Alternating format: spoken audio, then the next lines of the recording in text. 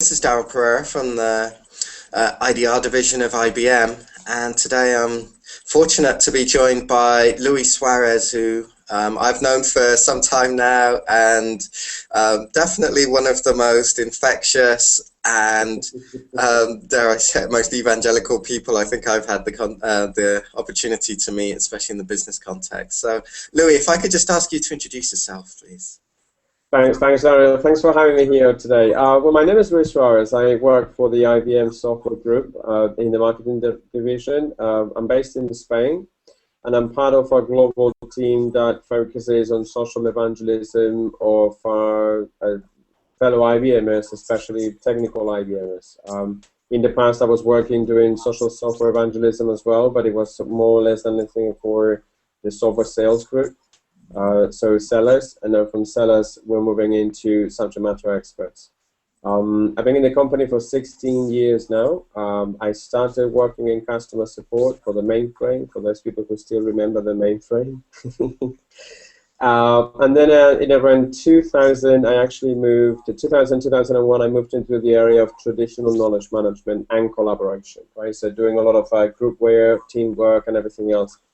And funny enough, that was also the time when I was first exposed to social networking tools. So contrary to what most people know that they say that they're just getting started like 2, 3, 4 years, I've been doing in this social networking space now for 12 years, which is, it feels old already.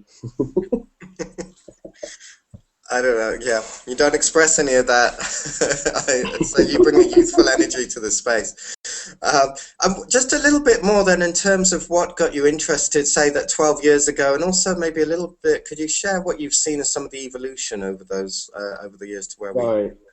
You know, it's when like I said before, I come from the background of knowledge management and traditional knowledge management and collaboration, learning as well.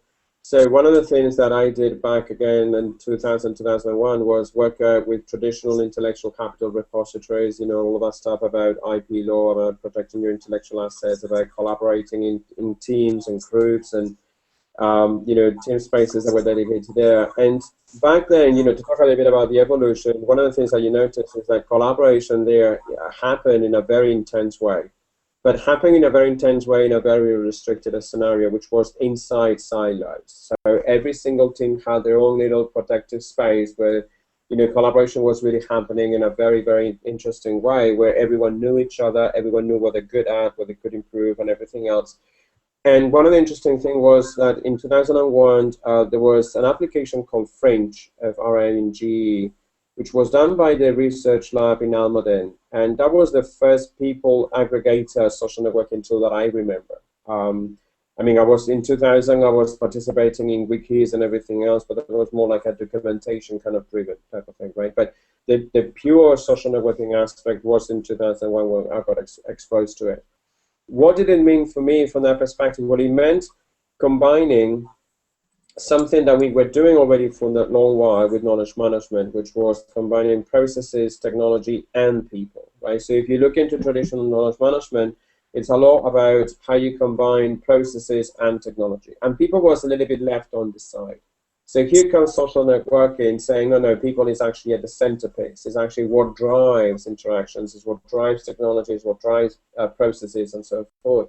So once I started playing around with these social networking tools, early in the stages, I thought, like, this is it. This is going to change the way we work. This is actually bringing that pyramid that has been traditionally positioned as business processes, technology, and social, so people, coming together as one single balanced approach of how we work. So from there onwards, it's been an exploration where, you know, I had that profile. Then in 2003, I started blogging internally. So this year is going to be my 10th year anniversary blogging. Then 2 years later, in 2005, I blogged externally. In the meantime, I started having my social bookmarks. I started doing file sharing or social file sharing. So the evolution was that instead of having to grab everything in one single space and start with that, it was just starting in stages. So it was more like, it was probably not a revolution, it was more an evolution where you would see how you start incorporating use cases and how you do and how you incorporate them into them, right? Now, I can tell you, though, that the one that made the most significant impact on what I did and what I do now is blogging. right? That's how I started. 2003, when I started my blog, that was the most profound evolution that I had in the whole concept of how I was using all of these social tools. What it meant as well from that perspective was how the company was starting to open up. So I mentioned how the company was very collaborative, working in silos, in small spaces and everything else. And one of the things that was happening was a situation where you could see how that silo collaboration all of a sudden starts breaking down and people start collaborating across silos. Now, obviously, some silos need to be that. They need to be private, they need to be closed because you need to, right? But the vast majority of them, they have been broken down by social networks. So we go from that enterprise closed collaboration into enterprise open collaboration, where people, even if you don't know them, you can still benefit from the interactions. You know, that whole thing about the strong ties and the weak ties. And certainly benefiting from those interactions has helped accelerate the way we work. It's helped us become a lot more agile, a lot more transparent. And essentially, it's helping us as well to redefine the way of how we work. So this is not just like using this new bunch of social networking tools for the sake of using these tools. This is actually to provoke the business transformation of how we will be operating for the next 100 years, now that we have gone 100 years more, right? So the idea there is this balance between technology processes and people with social networking provides a perfect background to kind of like push for that environment where we can revolutionize the way we do business. So thanks, Louis. I wonder if you could just share with us what you see as some of the key benefits from yourself being social, from us being social IBMers. What would you say are some of the key benefits? Well, I think if I look into the experience of the last 12 years of what I have been doing with all of these social networking tools, and I will have to highlight a number of various benefits. I think that the number one would probably be visibility. More than anything else, from the perspective of how you actually make yourself visible to others. So, we're working in a very virtual environment, right? We're working in a very global distributed environment where I myself, for instance, I keep telling people, I live in Africa, the Canary Islands, part of Spain, right? I report to Europe, and my boss is in North Carolina in the States, right?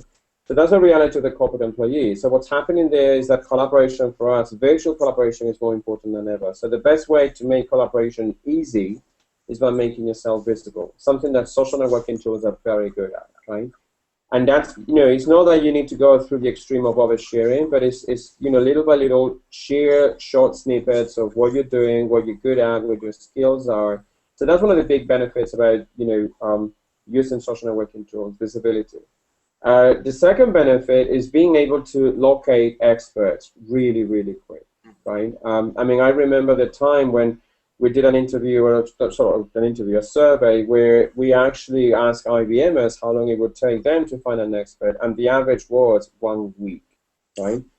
Nowadays, through social networks, inside of my networks or outside of social networks, it doesn't take me more than 5 minutes to locate an expert, right? It's part of that visibility. It's part of that, capability of demonstrating your thought leadership and being able to find those experts.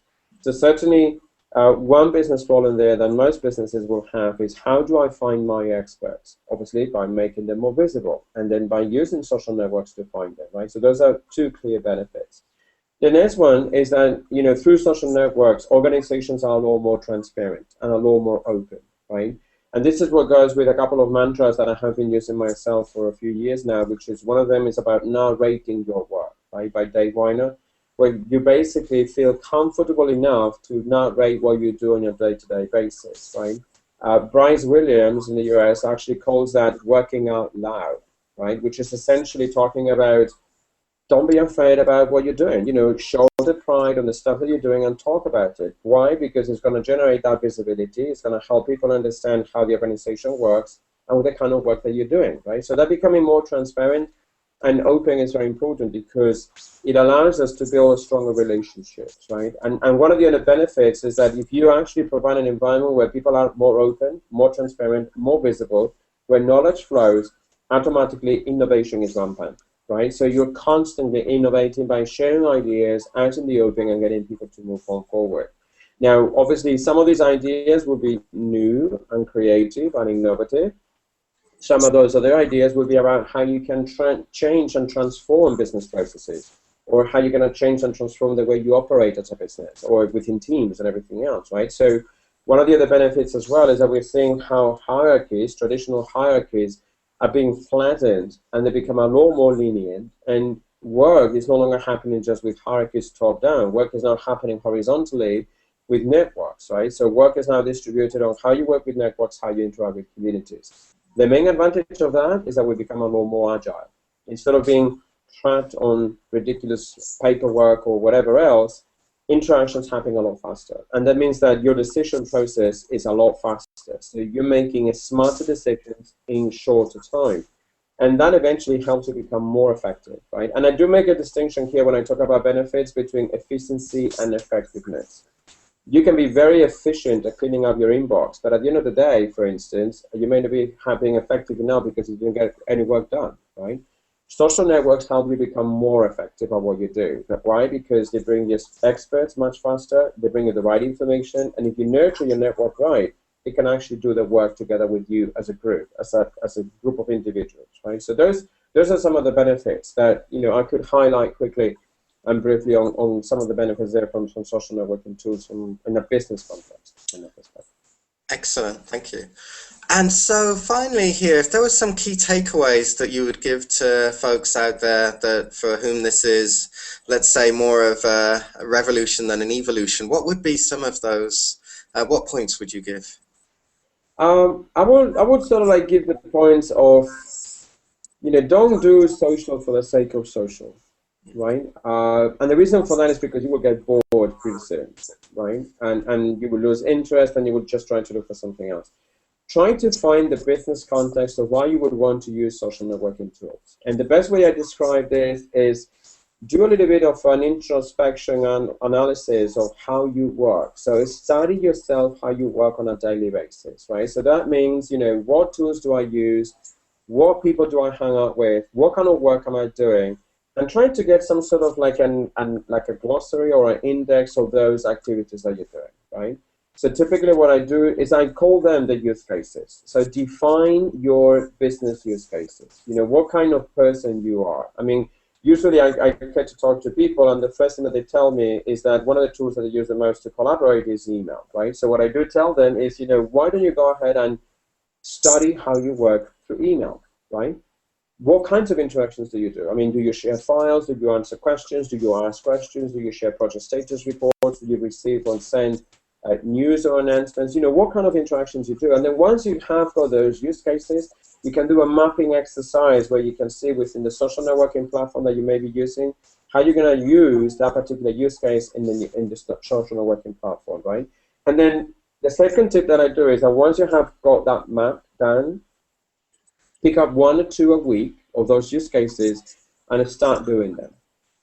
Get education resources. We do have tons of them out there, right? Even working with peers and everything else. So the interesting thing there would be, for instance, to go and say, I want to move this particular interaction that I do through traditional tools like email into a particular social platform, right? And when you do that 1 by 1 or 1 or 2 per week, you will realize how within 5 weeks, you have moved the vast majority of traditional interactions that you did of working in silos, where you worked in private spaces, into open spaces. So I would start with a tip of saying, build those use cases for you. What works for you? What is it that you would like to move from your day-to-day interactions into social platforms?